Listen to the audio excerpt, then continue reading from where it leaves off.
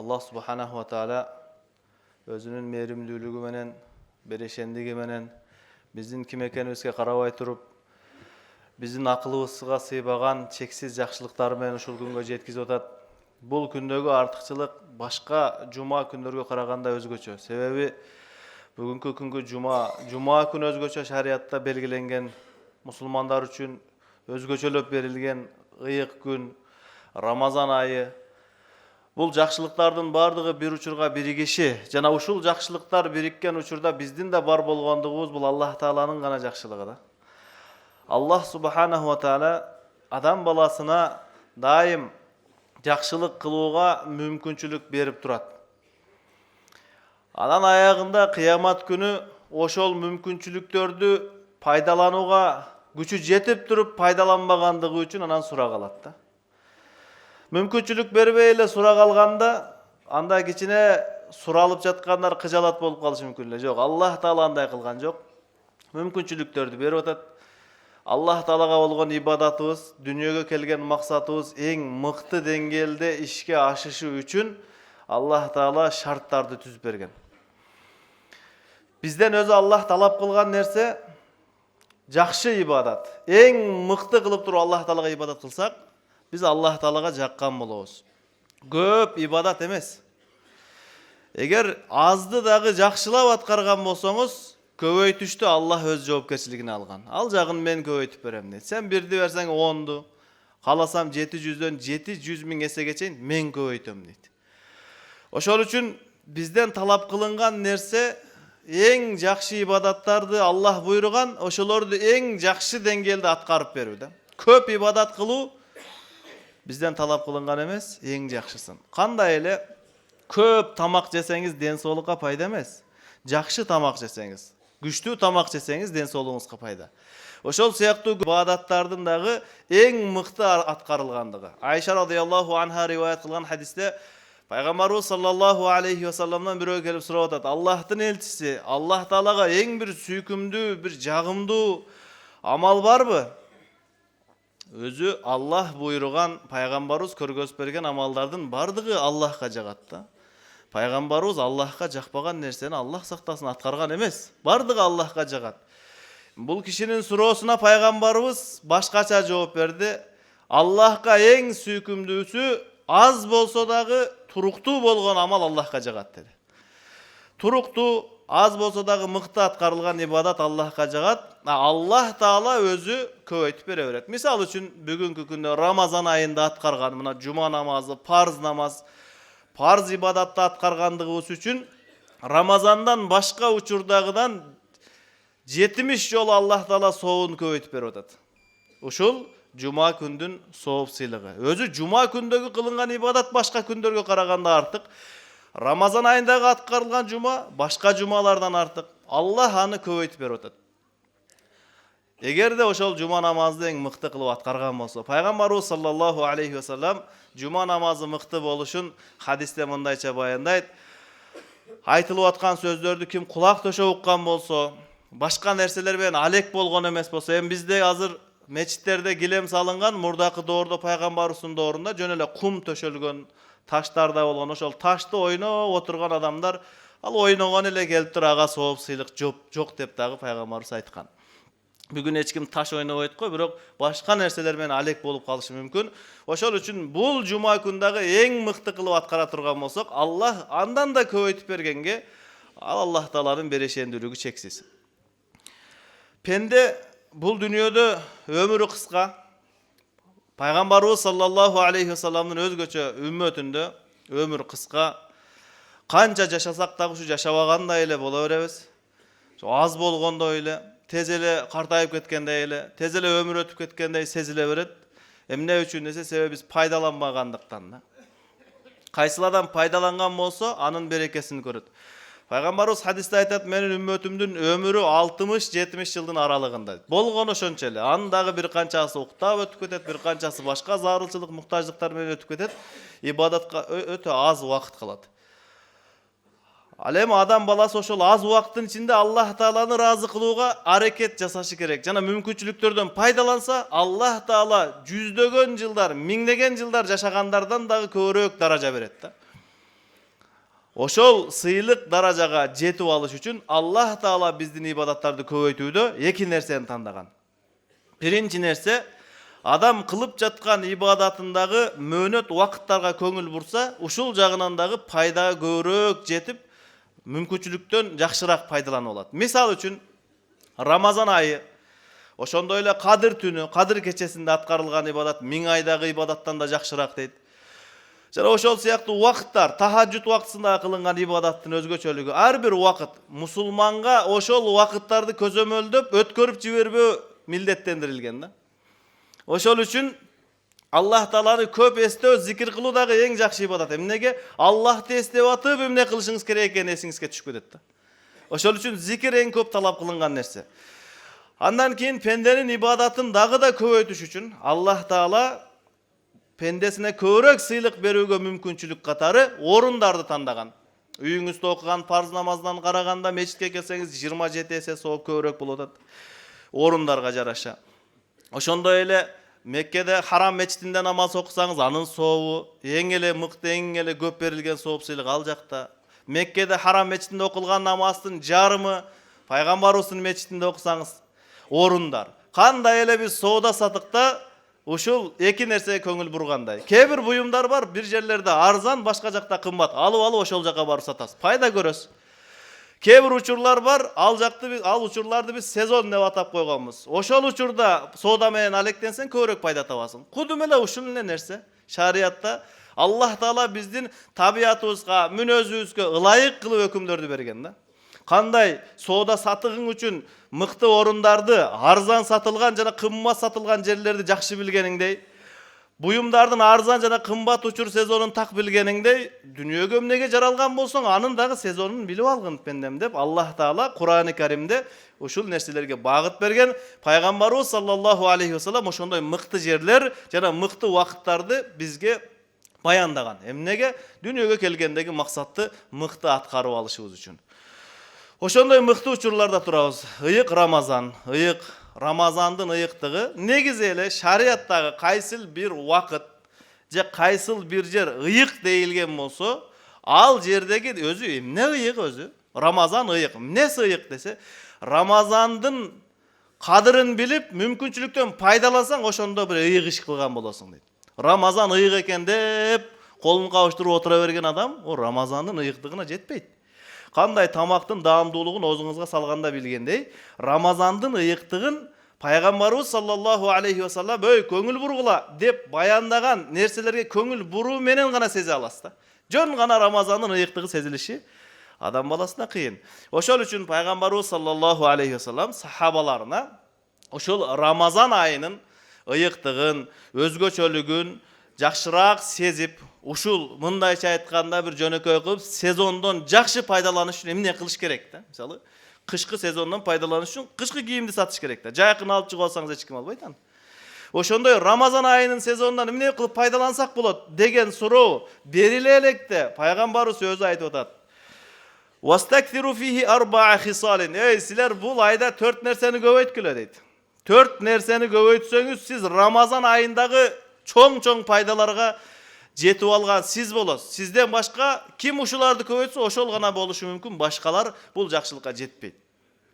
Ал 4 нерсе эмне экени аябай кыйын болсо керек деп ойлобош керек. Пайгамбарыбыз саллаллаху алейхи вассаламга түшүрүлгөн Кур'ан-ы Каримде Рамазан айы тууралуу айтып атып Аллах Таала айтат: "Юридуллаху бикумул юср." Аллах силерге жеңилдикти каалайт. Аллах силерге кыйынлыкты, оор кылышты, бир машакат, кыйынчылыкты каалабайт. Намаз, орозо, зекет, ажылык, башкаларга жакшы мамиле, мунун бардыгы ушу жашоонун жеңилдетиш үчүн, бул кыйнаш үчүн эмес. Ошол үчүн Аллах Таала айтат, Аллах силерге жеңилдик каалап атат.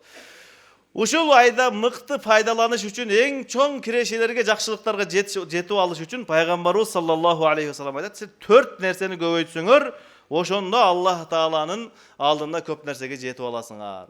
Эмнеге көбөйтүшүбүз керек? Биз себеби мындай ынсап менен деле карасаң өзү көбөйтүш керек да ибадаттарды. Себеби Аллах көбөйтүп атпайбы? Парзыңды 70 парзга, нафилиңди парзга көбөйтүп атат. Аткарган ибадатыңдан сооп сыйлыктарын башкалар учурдага караганда көбөйтүп атат. Mehrimin dağı köbeydi atat. Beyiştin eşigini açıp koygon, tozoktun eşigini jabıp koygon. Gün sayın pendelerini keçirip atat. Allah taraptan uşunday jakşılıklar köbeygöндөн kийин эми пенде болуп кичине ынсап кылып туруп мен деле кичине көбөйтөйүн деп калыш керек да. Ошол үчүн көбөйтүш керек. Пайгамбарыбыз айтат: "Хаслатайни турдуна бихима раббакум." Эки нерсе менен аткарып ошону көбөйтүп алсаңар, эң негизги дүйнөдөгү биздин кыйынчылык, кыжалатчылыгыбыз чечилет. Ал эмне? Аллахты ыраазы кылып алабыз. Экөөнү аткарсаңар, Аллах силерден ыраазы болот. Аллах ыраазы болсо эмне болот? Болду, жашоо жеңил.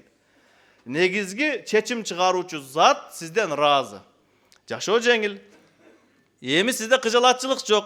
Кыямат күндө жарык жүз менен бара бересиз. Чечим чыгаруучу, каардуу, адилеттүү падыша сизден ыраазы да. Болду эмне кыжалатчылык?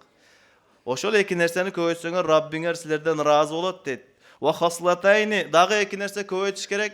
Өзү аны көбөйт дебесе деле көбөйтүшүңөр керек болчу өзү дейт. Ла гина бикум анхума, аны көбөйтпөй аргыңар жок силердин дейт. Эми ушул көбөйтүш керек болгон нерселерге бирден токтолсок, биринчиси силер дейт пайгамбарыбыз: "Фашахадату алла илаха иллаллах", Аллах Тааладан башка сыйынууга татыктуу зат жок экендигин айтып ушул сөздү көбөйткүлө дейт. Ла илаха иллаллах, Аллахтан башка сыйынууга татыктуу зат жок. Мааниси ушундай. Ушул сөздү көбөйтүшүбүз керек экен ушул ыйык Рамазан айында. Таравих тасбихинде дагы байкасаңыздар, акыркы бөлүгүндө ушуну айтат. Ла илаха иллаллахты айтат, андан кийин Аллахтан бейиш сурайбыз, тозоктон сактык тилейбиз, истигфар. Мына ушул 4 нерсе болчу бул. Аллахтын жалгыздыгын айткыла. Эмнеге? Ушунча жакшылыкты ким берип атат сизге? Аллах берип атат да. Пайгамбарыбыз бир хадисте айтат: "Афдалу зикри ла илаха иллаллах." Эң мыкты зикир, эң Аллахка жагымдуу зикир мына ушул зикир. Ла илаха иллаллах деген зикир. Бул бардык Аллах Тааланын сизге кылган жакшылыктарын моюндап, өзүңүздүн кемчиликтериңизди моюнга алып, Аллахты аруулаганга барабар да. Аллахка эң жагымдуу мактоо ушул да. Аллах сен өзүң эле ушу жалгызсың да. Бардыгына өзүң жалгыз жетишесиң. Сенин кемчилигиң жок. Баягы бир чоңураак ишти жасаган болсоңуз, адамдар айтат го, өзүң эле кылдыңбы дейт. Өзүм кылдым, өзүң кылдыңбы? Жалгыз кылгандык бир иштерде. Артыкчылык болсо, муну 7 кабат асман үстүңүздө турган, астыңызда турган 7 кабат жер, айлана чөйрө мончо түрдүү бири-бирине окшоо болгон жүздөр, бири-бирине окшоо болгон мүнөздөр, ушунун бардыгын өзүң эле жаратып койгонсуң Алла. Ла илаха иллаллах. Алла сенен башка сыйынууга татыктуу зат жок. Сенен башка мен корко турган, сурана турган, жалына турган, жагынганга аракет кыла турган башка эч ким жок, Алла сенсиң. Неге бул зикир эң мыкты зикир? Себеби ислам дининдеги бардык өкүмдөр ушул зикирдин үстүнө негизделет. Bir adam namaz okuyup, orozo karmayıp, acılık kılat, bardık şariatın amalları 99% atkarıp, bir öz olgan la ilahe illallah da aytpadı. Ne oldu? Anın ibadatı bayakı biri yok, köp nölge okşoş da. Bir bol bolsa al nöldürüm, ne gereği var? Kança nöl jaz, barakты толтуруп nöl жазбайсыз, bunun ne faydası var? Oşondoy ele, bu kelime bul dindegi amaldarыбыздын biri de. Allah Taala'ga жалгыз ekendигине ишенүү, Аллахтын шериги жок ekendигин оозуңузда ишенебиз тура, бирок тилиңизден дагы айтып коюңуз. Аллах жагат. Аллахка жагат бул нерсе. Балаңыз сизди жакшы көрөрүнө сиз ишенесиз, бирок бир оозунан айтып койсо башкача болот го, туурабы? Ата, мен сизди жакшы көрөм десе, кандай болот? Жакшы. Билесиз аны, билбейсизби? Жаман көрөт деп ойлодуңуз беле? Жакшы көрөт, бирок айтылганда башкача да. Ла илаха иллаллахка мен ишенем, эми айта бериш керек. Айта бериш керек. Кайра айта бериш керек. Себеби ушуну айткандыгыбыз үчүн мына асман жер турат. Качан ушул келимени айтуучулар жок болгондо, Аллах Таала Исрафил алейхиссаламга буйрат. Исрафил алейхиссалам сурнайды үйлөгөндө бул асман жер жарылып жок болуп кетет да. Ушул келимени айтуучулар бар болгондугу үчүн мусулмандар үчүн башка нерселер жашоо жүргүзүп жатат бүгүнкү күндө. Ошондуктан ушунча жакшылык кылган, Рамазанда мага парзды аткарсам 70 парзды берген сенсиң Алла. Сенден башка эч ким муну бере албайт болчу, мен муну билем, мойнума алам деп ар бир жашооңуздагы нерсе. Бала чакаңызды көрдүңүз. Алла ушуларды сен бергенсиң. Канча адам бар жок баласы. Алла сен бердиң ушуну. Байлыгыңыз, бийлигиңиз, эмнеңиз, ден соолугуңуз эчтеке көзүңүзгө көрүнбөсө, көзүңүздү жумуп туруп кайра ачыңыз. Ушундай көз жумуп ачырган Алла сенсиң. Senden başka hiç kim bunu kıla albaydı. Dep Allah Taala'nın жалгыздыгын ayta berебиz. La ilahe illallah. Özübüz aytabız. Çoğup oturup kalsak, joro joldoştorго aytabız. Kara Allah жалгыз. Ушунун бардыгын Allah кылып атат. Allah'a en süykümdü söz mına uşul da. En jagımdуу söz mına uşul. Allah'a başkalarda Allah'a çakırgandan dağı başka bir jagımdуу söz yok deydi. En mıktı söz uşul. Oşol üçün bul kelimeni köýt etkemiz. La ilahe illallah. Ne üçün? Sebebi bul en mıktı zikir. Zikir kılgandar Allah'tın aldığında tirүү siyaktı da. Zikir kılbaganlar ölüktөy. Adamlar kimge köngül burat? Tirүү adamga köngül burat. Ölüp kalgan adamga köngül burup berele nerse juup durup kepindep gömüp koyuş gerek boldu. Tirүү adamdargaçı kelse sıylaş gerek, oturam dese orun beriş gerek, süйлөшсөң жылуу süйлöş gerek, kapagıza geçirip koyuş gerek, tirүүлөргө жакшы мамиле да. Oşol üçün bizdin Allah'tın aldığında tirүү ekendigimiz, Allah'ты süygön ekenimizin belgisi, Allah'tın atın köp süylöy beriş gerek, köp ayta beriş gerek. La ilahe illallah. Balkim uşunun sebebinен Allah Taala kalgan 11 ayga sizge uşul zikirdi köp aytıp жүргөнгө мүмкүнчүлүк берет. Kalgan ömrüңүздүн köpçülük bölүгүндө uşul zikir менен алек болуп анан өлөр алдында la ilahe illallah деген бойдон дүнүйөдөн өткөн болсок түптүз бейиш күтүп турат да. Oşol üçün bul kelimeni köýtөs. Andan kinkisi fatastagfiruna rabbakum, Rabbingерден keçirim suraysыңар. Allah özü keçiregenge bir şılto ele izdep turat bulaydaç. Biri adamdardın oşol tarawihge kelip tarawih namazını okugandığı üçün, orozo karmagandığı üçün Allah keçirip atat. Allah keçirүү ayı bolup atat da. Keçirүү tozokton boşotu, keçirүү tozokton boşotu bolup atat. Allah uşunday bereşendик kılıp atkanda Allah'ın razı kılış üçün biz dağı şu keçirilip atkan günөөbüzdü özü moynubuzga alabız, Allah şu bizden getdi dep bildirip durup astagfirullah, astagfirullah keçki mal, oğuz japkandan kийинки mal en jakşı zikir üçün, istiğfar üçün en jakşı vakit oşondo ele oğuz açkanга jakın asırdan keyin dağı aytыңыз. Oğuz jabap alıp astagfirullah. Orozo karmap astagfirullah dep atasiz. Jakşı iş atkarıp turup Allah'tan keçirim surap atasiz. Bul sizin ıhlasdуулугуңуздун, Allah'a berilgendиңиздин maanisi Allah'a jagat da. Periştelerge aytat, "O karaç, menin ökümümdü atkarıp dagı menden keçirim surap atat."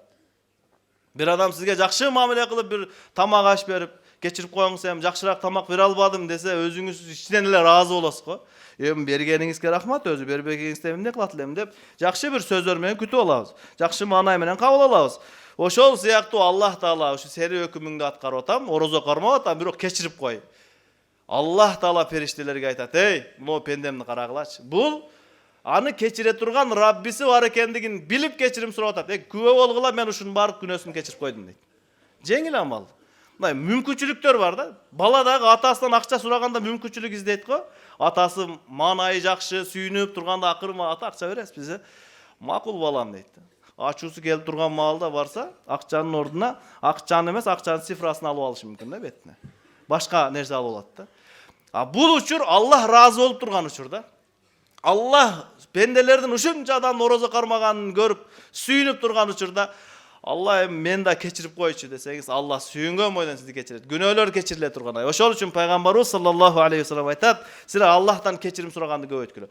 Allah'ın berişendигин карасаңыз пайгамбарыбыз айтат, кайсыл адам истигфарга бекен болсо, дайым истигфар айтып жүргөн болсо, Allah Taala ага ар бир туңгуюктан жол ачып берет дейт. Ойлобогон жерден рызкы берет экен. Бул өзү күнөө жасап алып, күнөөсүнө кечирим сурап аткан адам да. Allah өзүнүн меримдүүлүгү менен бул адамга кандай мамиле жасап атат да. Ошол үчүн Аллахтын дайыма бизге болгон берешендиги биздин аткаргандан көрүп, аткарган амалыбыз, жасаган ишибизден көрүп көбүрөөк болот да. Өзү ушундай кылыш керек.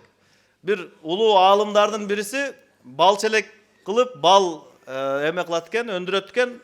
Анан кошнасы бар экен, кошнасы ачка кичине кыйналып жашайт экен. Кошна бир күн кыйналгандыктан келип бул кишиден сураптыр, bir piyala bal verip koyospu, үйүбүздө жегенге эчтеке калбады. Десе, макул азыр деп кирип, bir чака бал алып чыгыптыр да.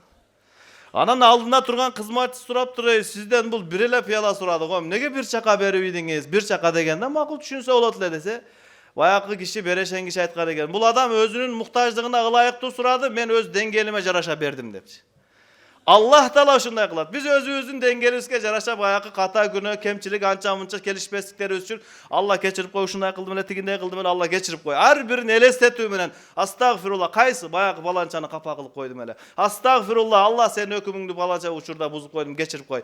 Allah Taala'dan keçirim surasak, Allah makul dep koyboy, aga sıylık menen жооп берип атат. Эми пендем кайсыл bir учурда жол таппай туңгуюктан кыйналсаң, мен сага жол ачып берип коем. Ошол үчүн истигфарды көбөйтүшүбүз керек. Пайгамбарыбыз дагы күнөөдөн таза, пайгамбарлар маасум болот, күнөөдөн таптаза, бирок 70 жолу истигфар кылам дейт да. Күнөөдөн таза кишилер 70 жолу аткарган болсо истигфарды, эми күнөөнүн ичинде жашап аткан биз канча жолу аткарыш керек да. Өзү эртеден кечке истигфар кылсак да жетишпейт болчубуз, бирок Аллах ушул айда кечиримдин сезону кылып коюптур. Биз кечирим сурап коелу ошого. Аллах Таала бизди кечирет. Андан кийинки арга жок бар бир сурай турган нерсе, сурашыбыз керек болгон нерсе бул бейишти сурагыла Аллахтан дейт. Эмнеге? Аллахтын берешендиги ошончалык бул айда дагы Аллахтын берешендиги маалым болуп бизге билинип аткан учур, Аллах бейиштин эшиктерин ачып койгон. Тозоктун эшиктери жабылган. Күнөөгө болгон мүмкүнчүлүктөр азайтылган, соопко болгон мүмкүнчүлүктөр көбөйтүлгөн да. Аллах Тааладан эми бейишти сурап калгыла дейт. Берейин деп турган маалда бейишти сурап калгыла. Пайгамбарыбыз башка учурда айтат. Аллахтан бейиш сурасаңар, Фирдаус бейишин сурагыла. Ошол үчүн бул айда бейишти сурайбыз. Кантип сурайбыз? Эми муну сураганды ар бир эле акылдуу адам билет. Алла мага бейишти бер. Мен ал тозокко түшсөм корком, мен ал жакта, мен кыйналам ал жакта. От ал жак Алла. Сенин каарың келгендер түшөт экен. Туура мен деле ошолор катары сенин каарыңды келтиргенмин, бирок ошондой болсо да мени кечирип кое берчи. Мен тооба кылдым Алла, мага бейиш берчи деп Аллахтан бейиш сурасаңыз, пайгамбарыбыз айткан 4 нерсенин бирөөсүн көбөйткөн болосуз. Аллах Таала көбөйтүп берет. Аллах сизге ошол бейишти берет да. Андан кийинки дагы бир көбөйтүшүбүз керек болгон нерсе таауз минан нар, тозоктон сактык тилеш керек. Алла мени тозоктон сакта. Тозокко түшүп кал. Тозокко түшүшкө себеп боло турган менде себептер көп, бирок мен тозокко түшүрбөй эле койчу Алла. Деп Аллах Таала кайрыла беребиз. Аллахка кайрыла берсек, Аллах берет. Бизден эң сараң болгон бизден бирөө келип бер турчу дей берсе, акыры башыңыз оорган мешиде бере бересиз да. Сараң болгон биз ушундай болсок, берешем болгон Аллах Таала бир аз сураганыңызды эле берип жибере берет. Ошол үчүн бул айда биз көбөйтө турган нерселердин 4-өсү ушул экен. Аллах Тааланын жалгыздыгын баяндап, ла илаха иллаллах келимесин көп айтабыз. Маанисинде айтабыз, өзүн дагы айтабыз. Кыскасы ушул нерсени кайра кайталайбыз. Андан кийин истигфар кылып Аллах Тааладан жасап койгон буга чейинки Рамазанга чейин. Рамазанда туруп дагы жасап койгон күнөөлөрүбүз үчүн кечирим сурайбыз. Алла мени кечирип кой. Мен ушундай адаммын, мени кечирип коем. Тооба кылдым, кийинкисинде кайталабайм деген ниетте Аллахтан истигфарды көбөйтөбүз. Андан кийинкиси Аллах Тааладан бейишти сураганды көбөйтөбүз. Эми Алла мага бейишти бер. Мен угуп калдым, ушундай жакшы жер экен, ал жакта башыңда оорубайт экен, кедейде болбойт экенсиң, картайбайт экенсиң. Эч кыжалатчылык жок экен, ошону мага берчи. Бул жакта жаман кыжалат болуп кеттим, кыйналып кеттим. Мен ошол жакка Аллахтан сурайбыз. Андан кийин Алла, мен тозок дегенди уктум, ушул өтө кайгы капанын орду экен ал жак, от экен, асты от, үстү от, оң жак, сол жак. Ал жактагылардын кийими дагы оттон болот экен. Алла, мен ал жакка чыдабайм, мен ал жактан сактачы деп Аллах Тааладан ушул сөздү көбөйтөбүз. Демек ушул 4 нерсени көбөйтсөк, иншалла көп сурай берсек, Аллах Таала мээримдүү, аны сөзсүз берет. Дагы да тезирээк алып алыш үчүн башкаларга дагы сурап кое беребиз да. Ошондо Аллах Таала бизге тезирээк берет. Аллах Таала баарыбызга айтылган сөздөргө амал кылууну насип кылсын.